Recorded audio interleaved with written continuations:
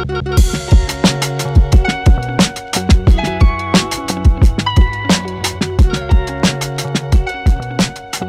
I'm Matthew Hersberg, and this is the Myopia Mindset. This is your weekly check-in for motivation, inspiration, and education on your path towards success with myopia management. And speaking of education, this continues our Road to Vision by Design 2025 series, where I am highlighting some of the more noteworthy lectures and speakers that you should keep an eye out for on your way to the conference. You can find out more information about Vision by Design at aaomc.org. It's taking place in late October, starting on the 22nd. It's the Super Bowl of myopia management, and it's the meeting you need to attend if you are doing orthokeratology or any form of myopia management. And for this episode, I've got two absolute legends of our industry. I'm super excited to have them on the podcast. I have Dr. Michael Lipson and Dr. Bruce Koffler.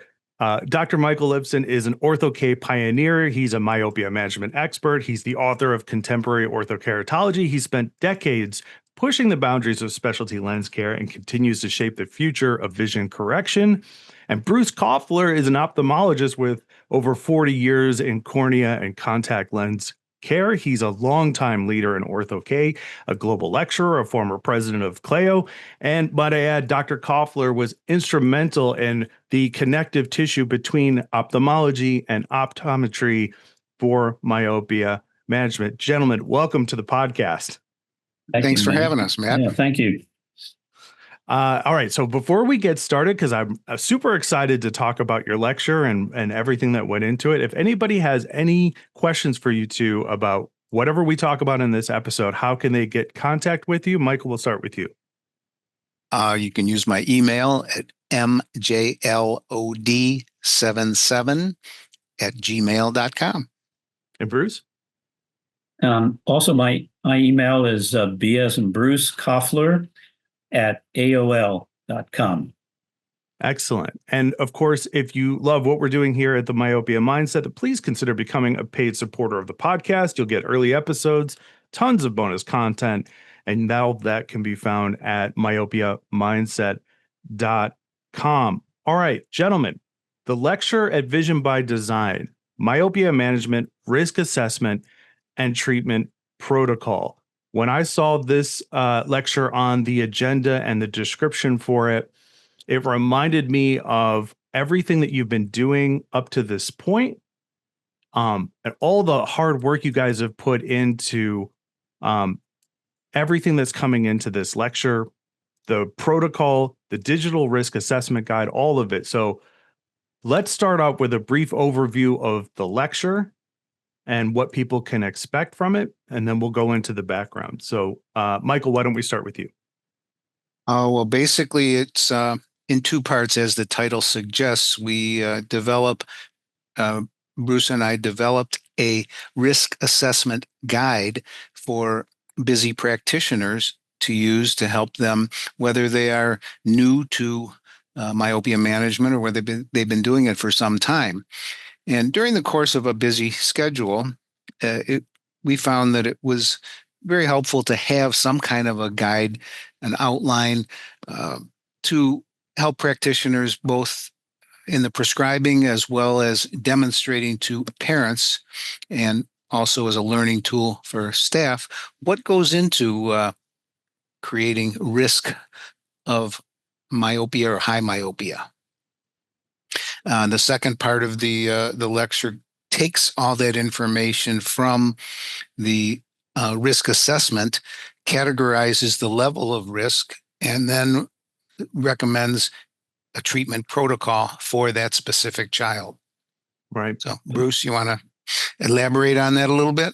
Well, I do in a couple of ways. And Michael and I are kind of unique in the sense that we both have busy clinical practices throughout the day. So we understand what a busy clinician has to do and some of the things that can go wrong during the day and some of the things that can fill your brain so that it's hard to focus on the patient. And we also are unique in that we are researchers and that we have participated in many clinical research designs, and we keep up with the literature very closely.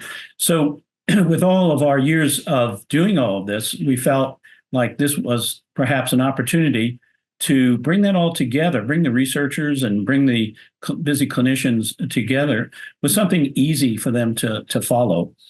This guide that we will be kind of generally explaining and then outlining more at the meeting is there so that people don't make mistakes in a busy day. They can assess the child, and it is a perfect thing to explain to families what's going on. And I think that's really valuable to have. Some of the charts we have already are good, but I think this will also, this risk score will bring it out to the family why they need to move ahead with a certain myopia protocols. Yeah. And in the description, it says there is an unmet need for a guide. And I completely agree with this. I've been in so many practices over the years where they don't have time, they don't have the resources, they don't even know how to talk about all of these subjects in their practice. So I think it's really interesting, and I'm surprised this hasn't been done sooner. I think it's really interesting that you guys put together this whole package in order to figure out how can we streamline this process essentially, and then make it accessible and resourceful for the family, for their child, to streamline this process. So let's start at the beginning. What was the inspiration behind it? Obviously, you said you both have busy clinics and you have a background in research, but how did you guys come together in order to get this whole process started? Well, I think jump in on that, Michael, for because I was the one who contacted Michael on this.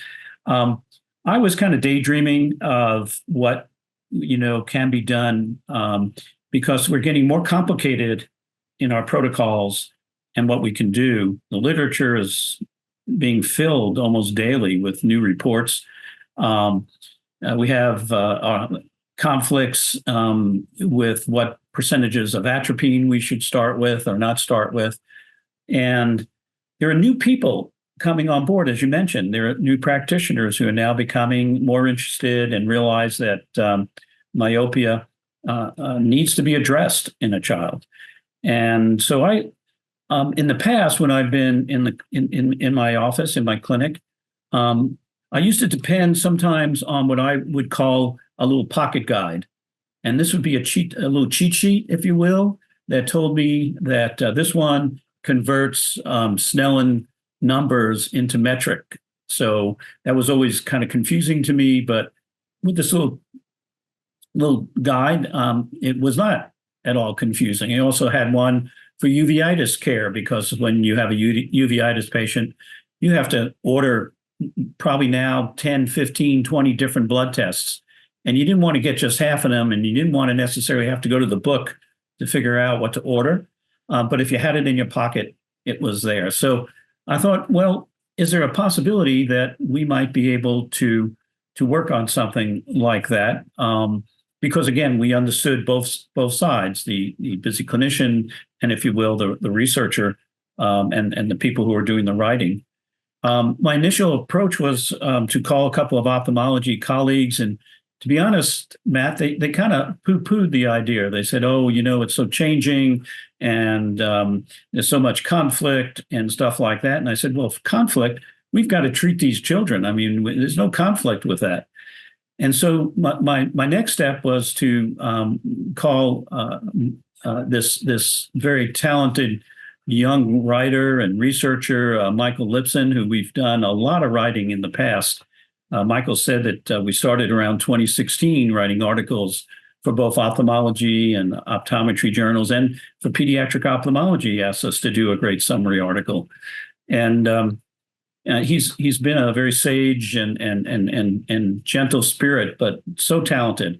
So I called him, and I fully expected him to say, oh, Bruce, it's kind of not really a worthy project. But instead, his eyes lit up and his voice lit up, and he said, I think there's something in this. And I said, well, Michael, how about you getting to work on this and start to develop it? So with that, I'll turn it to Michael, because next phase. I think, we kind of took this idea of the pocket guides and said we both use them in our own clinic and keep them in our lab coat and refer to them regularly. And so we started developing something like a pocket guide for myopia management, but then we were kind of slammed in the face with kind of bringing this into the 21st century and calling it and making it a digital guide. So it would be more accessible to doctors in an electronic format as well, if they preferred that. So it could be available either way, digitally on the computer, on their iPad, on their EHR, any way that it could be accessed. We wanted to make it available that way. But essentially, the guides that we use are very helpful in the clinic. And with myopia management, we see articles published almost daily now about efficacy of one modality versus another one. But we've not really seen established protocols, how to use them. For example, we know that atropine higher concentrations are more efficacious than lower. It's almost universal now.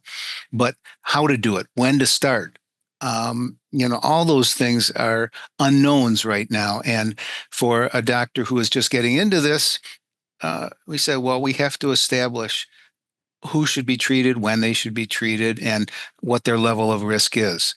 All the factors that go into this. And it's hard for a doctor who is running a busy practice to keep up with everything that's going on. So we wanted to make this accessible, an updatable type of a program that we can make easily accessible for the doctor.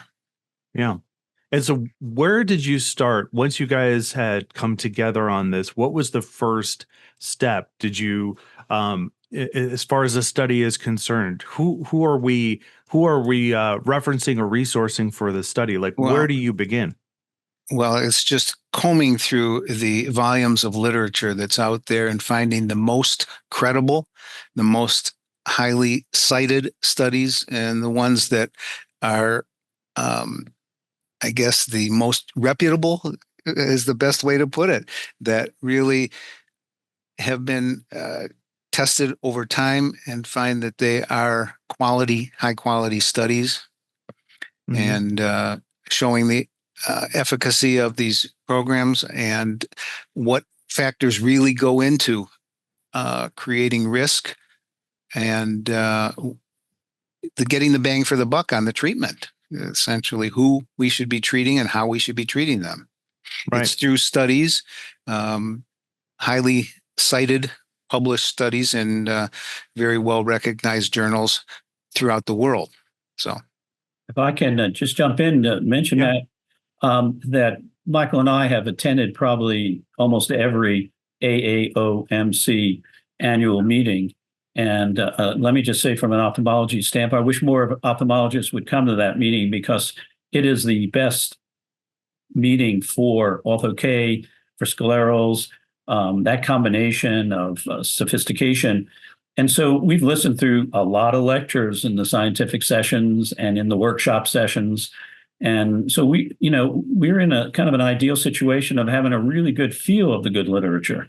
And so Michael is saying he had to, go through it very carefully. Well, it's on his brain too, so it's not. It was fun to kind of update everything, but it was fun for us to kind of get on calls. We had multiple calls in the beginning, just throwing ideas of how to get started and throw an outline together, and then develop that outline, from there.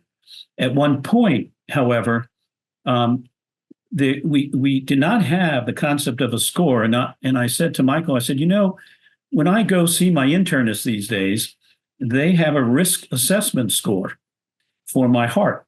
They have a risk assessment score for stroke. They have a risk assessment score for diabetes. well, you're not old enough to go and get your Medicare annual exam, but when you go to do that, they're looking for that. Also looking to make sure you're psychologically, can remember things, and so numbers are put down, and a total score is given for like stroke or cardiac. And I said, well, hey, is that possible? And he goes like, well, let me work on it. And before you know it, he's coming back with ideas on what other people have done in other fields and adapting it to the myopia. And that's how we got our myopia risk score. And also, Mike, why don't you talk about just in general the attributes that you have put into that risk score?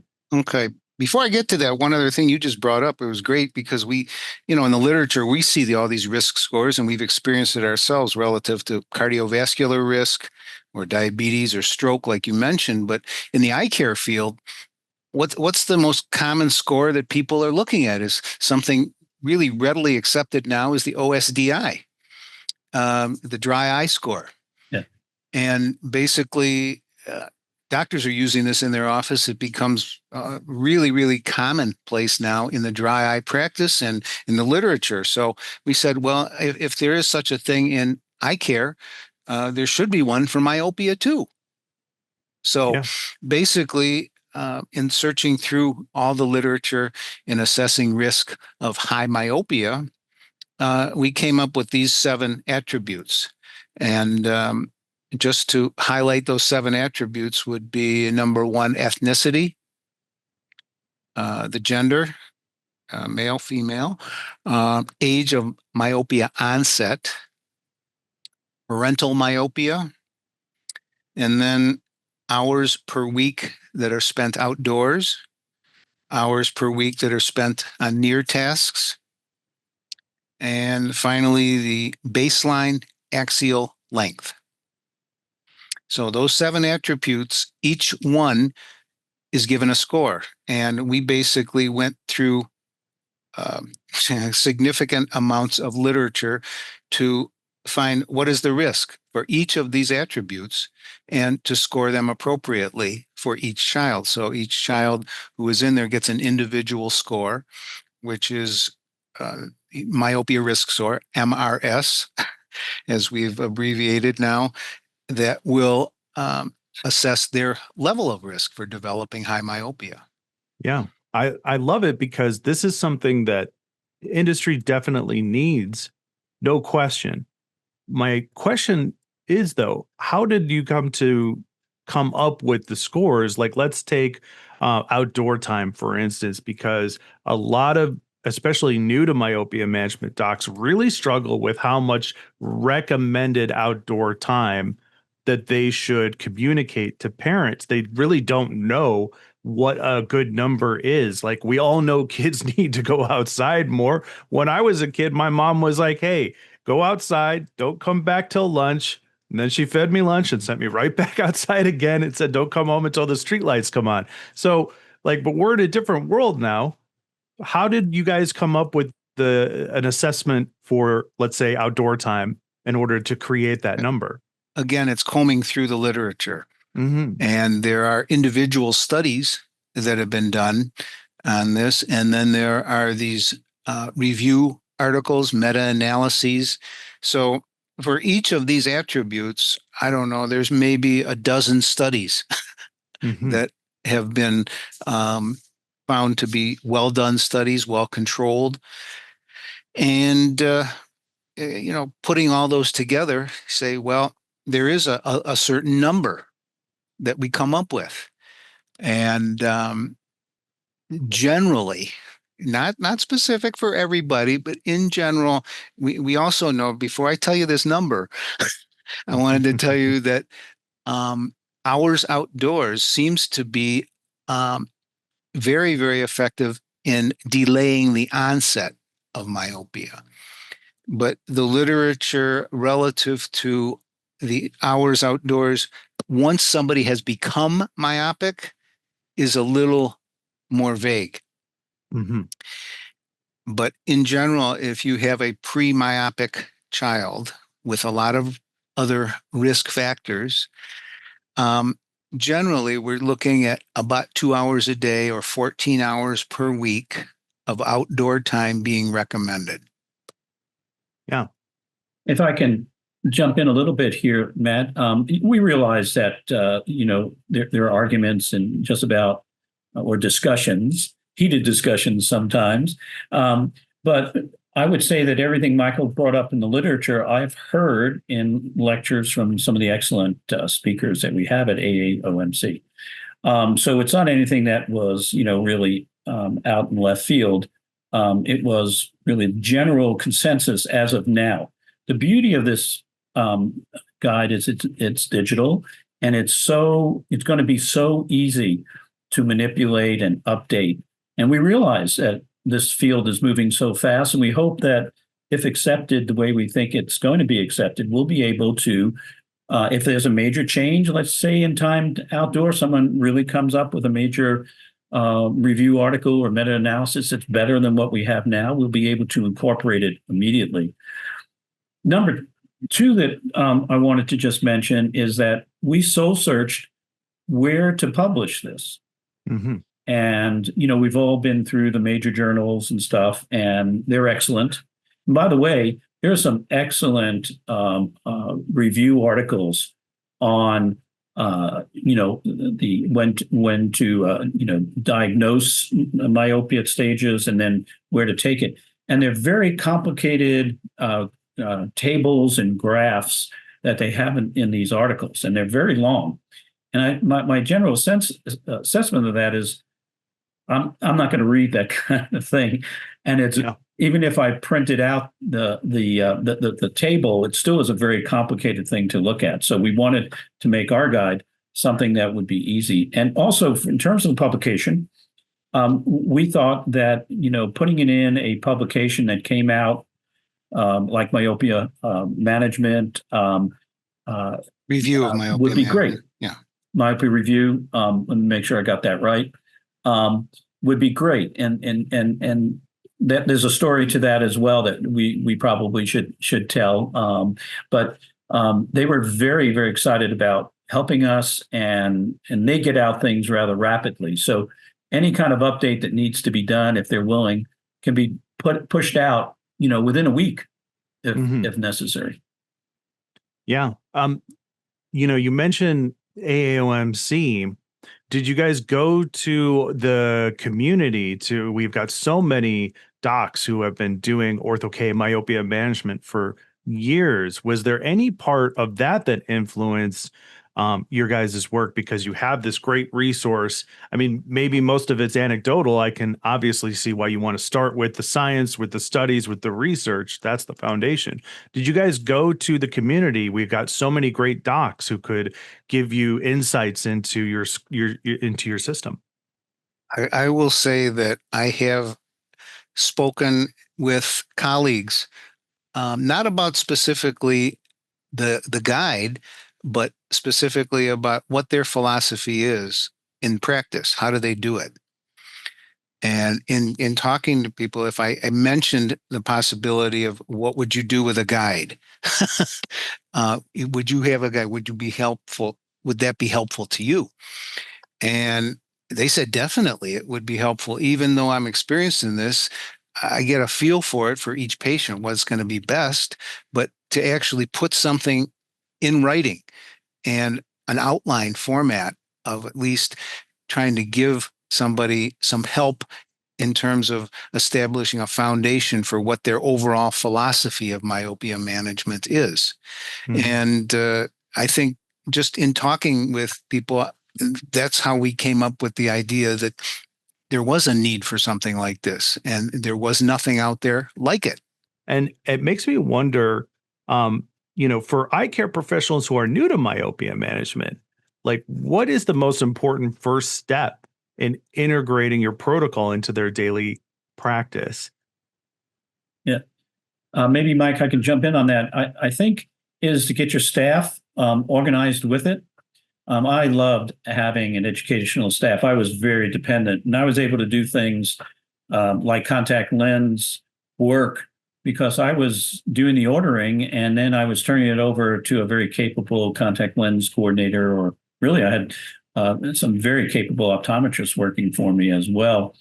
And together we worked as a team, and it was great because it cut down my time. Anything to cut down my time with the patient, yet gave me the quality time I needed with them, was a big bonus.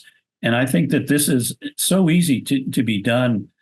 These 7 attributes can be asked by the technician and organized for the practitioner, so that when they don't have to waste time asking, well, who's myopic in the family, or how many hours a day are you outside playing, that will all be taken care of. So, doing a little team building ahead of time would be great. I think the staff will now also be integrated into the myopia system, the concept of the whole thing, because they're doing something important, as well as collecting the data like refractions and stuff. And I know everyone's office is a little bit different, but I needed help, and I got my quality help from training and teaching my technicians really well. And then the good technicians would train the new technicians, and it worked together just beautifully. Yeah. I think you bring up a great point, Bruce, because of the fact that in a number of other surveys that are done about myopia management, or specifically on ortho-k, one of the things that comes up is, what's the biggest obstacle to a doctor to initiate myopia management in his practice, or to initiate ortho-k, or even other modalities of myopia management? And one of the biggest obstacles seems to be time, because the doctors feel like, well, they have to move on to the next patient, when the parents have tons of questions. It takes a lot of time to answer all those questions and to say, well, this is something new. I've never heard of this before. So you can get a lot of support from your staff before they're even entering the exam room. And again, afterwards, if you have a myopia management coordinator in the office, it's very helpful for them to go through all these questions, so the doctor is more available to more patients. So, yeah. And I'm excited to see where it goes. I'm definitely going to be at your guys' lecture. I can't wait to hear it at Vision by Design. And we'll close on that. You should definitely be going to Vision by Design. AAOMC.org is where you go to register for that event. Guys, let's close with your contact information again. If anybody wants more information or wants to get in touch with either of you, Bruce, we'll start with you. How can they do so? Yeah, just reach me by email at B as in Bruce, B Koffler, Koffler, at AOL.com. Yep. And Michael. And I would welcome any emails or questions at my email address of mjlod77@gmail.com. Yeah. And the session is going to be on Saturday of the event, Myopia Management, Risk Assessment, and Treatment Protocol. Definitely check this out. And just a quick note, if you're enjoying this episode, there's actually more waiting for you. We release extended versions of every episode that we do. We do exclusive bonus content for our paid supporters of the Myopia Mindset, stuff that you won't find anywhere else. It's just $12 a month, which is about the cost of 1 cup of coffee each and every week. And it helps support the show, bring on great guests like Michael and Bruce, and keeps the conversation about myopia management growing. And if that sounds like something you'd be into, if you would buy me a cup of coffee every single week to nerd out about myopia and have on great guests like Michael and Bruce, then please consider supporting the Myopia Mindset. You can do so at myopiamindset.com. We thank you very much for your support. Michael, Bruce, guys, thank you for so much. Thank you for your contributions, your continuing contributions to our industry. Like I said, 2 absolute legends. I want to have you both back on to talk about your amazing careers and what your vision is for the future. So I hope you'll consider coming back on to the Myopia Mindset in the future. I'm glad to do it. Thanks for having us, Matt. For sure, Matt. And thank you for doing what you're doing and bringing this to our eye care practitioners' computers and right directly to them. Thanks. All right. Yep. And for everybody else, we will see you at the next one.